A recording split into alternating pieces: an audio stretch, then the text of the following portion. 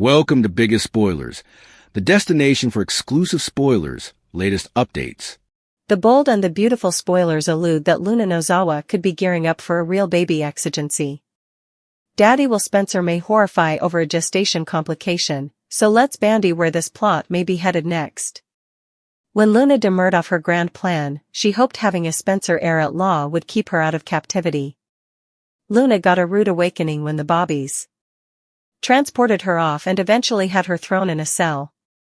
Since Luna was still determined to score her freedom, she had her cellmate rough her up and tried to use that as her ticket out. Luna played the victim and acted like she was in peril, but she was forced to stay put.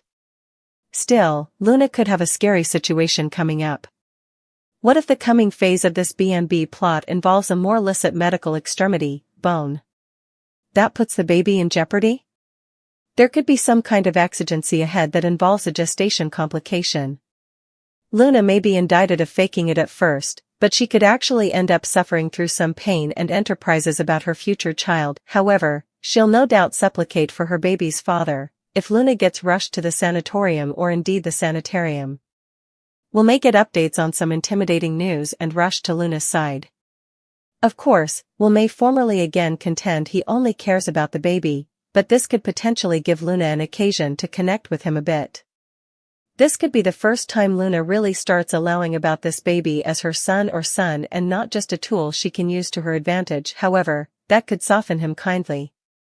If Will sees Luna acting a little more motherly, Luna might indeed wind up facing a high-threat gestation that convinces Bill Spencer to pull strings for her. Maybe that could eventually be Luna's ticket to living at the snug Spencer manse, or at least an installation that isn't relatively so harsh. Whatever the case, Luna's stylish chance at getting what she wants may come through a real medical exigency and not one she fakes. A baby extremity could be brewing that'll bond Luna and Will, at least on some position. The Bold and the Beautiful spoilers say some big curveballs are still to come in Luna's story. Secrets, lies, and a promise of vengeance on the Bold and the Beautiful. The air in the Forrester mansion was thick with the scent of lilies and the weight of unspoken truths. Sunlight streamed through the grand windows, casting a holy, almost cinematic glow on the assembled family and friends.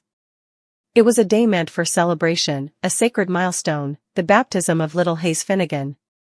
Hope Logan, radiant in a soft, cream-colored dress, held her son with a mother's fierce tenderness, while a proud Thomas Forrester stood by her side, his hand a steady, reassuring presence on her back. The scene was a picture of domestic bliss, a hard-won peace after years of turmoil. But in the world of the Bold and the Beautiful, such tranquility is merely the prelude to a storm. On the periphery of this picturesque gathering, other dramas simmered, poised to shatter the sanctity of the day. At the heart of the impending chaos was a young woman whose life was about to be irrevocably altered, Luna Nozawa. Her recent pregnancy announcement, a moment of joy that should have solidified her future with Will Spencer, had instead become the epicenter of a devastating secret. A secret known only to a select few, a secret that was about to erupt with the force of a volcano, turning a day of holy blessings into a battlefield of broken hearts and angry threats. The calm before the storm, whispers of encouragement. As the guests mingled before the ceremony began, the atmosphere was a study in contrasts. For Hope and Thomas, the baptism was a public affirmation of their family unit, a symbol of their commitment not just to each other, but to building a stable future for Hayes. Brooke Logan offered her daughter a serene smile, her eyes glistening with tears of happiness. Ridge Forrester, ever the patriarch, clapped Thomas on the shoulder, a silent communication of pride and acceptance. The encouragement they exchanged was genuine, a balm for souls that had endured public scandal and private pain. "You've built a beautiful life for him, Hope," Ridge murmured, his voice uncharacteristically soft. "He's a lucky boy." Hope's smile was beatific. "We're the lucky ones, Dad. After everything, to have this, it feels like a miracle." But this bubble of familial support was not universal. In a quiet corner of the room, another conversation unfolded, laden with a different kind of urgency. Poppy Nozawa, Luna's mother, hovered near her daughter, her expression a complex tapestry of grandmotherly excitement and sheer, unadulterated terror. She pulled Luna aside, her voice a hushed, frantic whisper. Are you feeling all right, sweetheart? You look pale, Poppy fretted, her hand fluttering to Luna's arm. I'm fine, Mom. Just a little nervous, Luna replied, her own smile not quite reaching her eyes. She placed a protective hand on her still flat stomach, a gesture that sent a fresh wave of panic through Poppy. You have to be strong, Luna. For the baby. For Will, Poppy insisted, her words layered with a meaning only she could fully comprehend. This was not just generic maternal advice, it was a desperate plea for her daughter to remain composed in the face of a truth that could destroy her. Poppy's encouragement was a fragile shield, an attempt to armor Luna against a revelation she knew was inevitable. She saw the way Lee Finnegan watched them, her gaze sharp and judgmental, and Poppy knew her sister was a lit fuse waiting for the right moment to ignite. Meanwhile, Will Spencer stood by the window, looking every bit the expectant father. He was making plans, his voice filled with a buoyant, hopeful energy as he spoke to his grandfather, Eric Forrester. We're thinking of converting the sunroom into a nursery, Grandpa. All that natural light would be perfect, Will said, his face alight with a vision of a future he believed was his. Eric, beaming with genuine joy, squeezed his grandson's shoulder. That's a wonderful idea, son. Your father would be so proud of the man you've become. The encouragement from his grandfather was a powerful affirmation, solidifying Will's identity as a soon-to-be husband and father. It was an identity built on a foundation of sand, but he did not yet know it. Every word of praise, every shared smile about the future, was another brick in a wall that was about to come crashing down upon him. The unraveling, a medical truth and a paternity bomb. The catalyst for the impending doom was, as it so often is, Dr. Lee Finnegan. Poppy's sister had never approved of her flighty sibling or the chaos that seemed to follow her. She viewed Luna's rapid integration into the Forrester empire and her relationship with Will with deep suspicion. Lee, a woman of science and cold, hard facts, had been piecing together a puzzle, and the final piece had fallen into place with Luna's pregnancy announcement. As the baptismal ceremony concluded and the guests began to disperse into smaller groups, Lee found her moment. She cornered Poppy near the grand piano, her voice low but razor-sharp, cutting through the ambient chatter. We need to talk, Poppy. Now, Lee demanded, her eyes boring into her sister's. Lee, not here. This is a celebration, Poppy hissed back, her face draining of color. A celebration built on a lie? Lee retorted, not bothering to lower her voice any further. How long did you think you could keep this hidden? How long did you think he could keep this hidden? The altercation drew attention. Ridge and Brooke paused their conversation, their heads turning toward the sisters. Will, sensing the shift in atmosphere, moved closer, a protective instinct for his aunt and his girlfriend kicking in. Aunt Lee, what's going on? Will asked, his tone a mixture of confusion and concern. Is this about Luna? Is the baby okay? Lee turned her steely gaze to Will, and in that moment, her expression shifted from anger to something far more dangerous, pity. It was that flicker of pity that struck the first real chord of fear in Will's heart. The baby is fine, Will, Lee said, her voice now chillingly calm. The problem is not the baby's health. The problem is its paternity. A deafening silence fell over their immediate circle. Luna, who had been speaking with hope, froze, her hand instinctively flying to her mouth. Poppy looked as if she were about to be sick. What are you talking about? Will laughed, a nervous, disbelieving sound. What do you mean, the paternity? I'm the father. Lee's gaze was unwavering. No, Will. You're not. She let the words hang in the air, a death sentence delivered in a single, clean blow. You can't be. The confusion on Will's face twisted into anger. How dare you? How can you stand there and say something so vile? Luna would never, we love each other. This isn't about infidelity, Will, Lee interrupted, her clinical precision making the revelation all the more brutal. This is about biology. It's about a confidential medical file I came across. Your medical file. The world seemed to slow down. Will's bravado faltered, replaced by a dawning, horrifying comprehension. He remembered a routine physical from over a year ago, a follow-up consultation his parents had attended without him. He remembered his mother, Katie, being unusually quiet and overly reassuring for weeks afterward. He had dismissed it as her being her typical, worrying self. What file? Will whispered, his voice cracking. The file that details your diagnosis, Will, Lee stated, her words clear and unambiguous, designed to leave no room for misinterpretation. The one that confirms, beyond any shadow of a doubt, that due to a rare genetic condition, you are infertile. You cannot father a child. It is a medical impossibility. The gasp that rippled through the room was collective. Brooke's hand flew to her chest. Ridge's jaw tightened. Hope looked from Will's shattered expression to Luna's horrified one, her own happy day forgotten in the wake of this cataclysm. For Will, it was as if the floor had vanished. The world he knew, his future, his identity, his very manhood, disintegrated in an instant.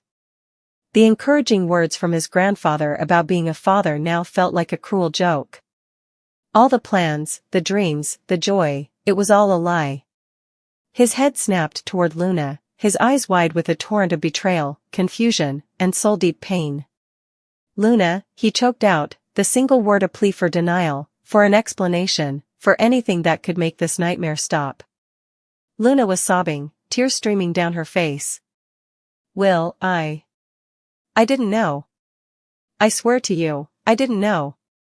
But the revelation was only half complete. The bomb had been dropped, but the shrapnel was still flying. If Will was not the father, a single, terrifying question now dominated the thoughts of everyone present. Who was? The angry threats, a promise of reckoning. The initial shock that had frozen everyone in place began to thaw, replaced by a surge of raw, unfiltered emotion. The baptism was forgotten, the only sacrament now was the brutal exposure of truth. Will's devastation curdled into a white-hot rage. The betrayal was twofold: first, the biological fact that stripped him of his future, and second, the realization that the woman he loved had been intimate with someone else. Who? He demanded, his voice a low, dangerous growl, so unlike his usual gentle tone. He took a step toward Luna, who flinched away. Who is it, Luna? Who did this? It was a mistake, Luna cried, her body trembling violently. It was only one time. I was confused, and upset, and it was before you and I were truly solid. Who? Will roared, his shout echoing through the mansion's high ceilings, finally silencing every last whisper in the room. Poppy tried to intervene, placing herself between Will and her daughter. Will, please, calm down. You're upsetting her. This isn't the time or the place. Upsetting her? Will laughed, a harsh, broken sound. My entire life just ended, and you're worried about me upsetting her? This is the only place. The truth is out, so you're going to give me all of it. Right now. It was in this maelstrom of anger and accusation that the final, devastating piece of the puzzle was forced into the open. Under the pressure of Will's fury and the condemning stares of the entire Forrester family, the name was wrenched from Luna's lips, a confession torn from a place of utter despair. It was Zend, she sobbed, collapsing into a chair as if her legs could no longer support her. A new, different kind of silence descended. Zend Forrester Dominguez. Charming, handsome, and a member of the extended Forrester clan. He was not just a random stranger, he was family. The betrayal instantly became more intimate, more venomous. For Will, the name was a second sucker punch. Zend was like a cousin, a brother. They had grown up together, shared holidays, worked side by side at Forrester Creations. This wasn't just a betrayal by Luna, it was a betrayal by his own blood. Ridge's face darkened. Zend, he repeated, the name a curse on his lips. The family, which had just been united in celebration, was now fracturing along a brand new fault line. It was then that Will's rage found its ultimate focus. He turned from Luna, his grief and humiliation transforming into a cold, terrifying resolve. The boyish hope was gone from his eyes, replaced by the grim determination of a man bent on vengeance.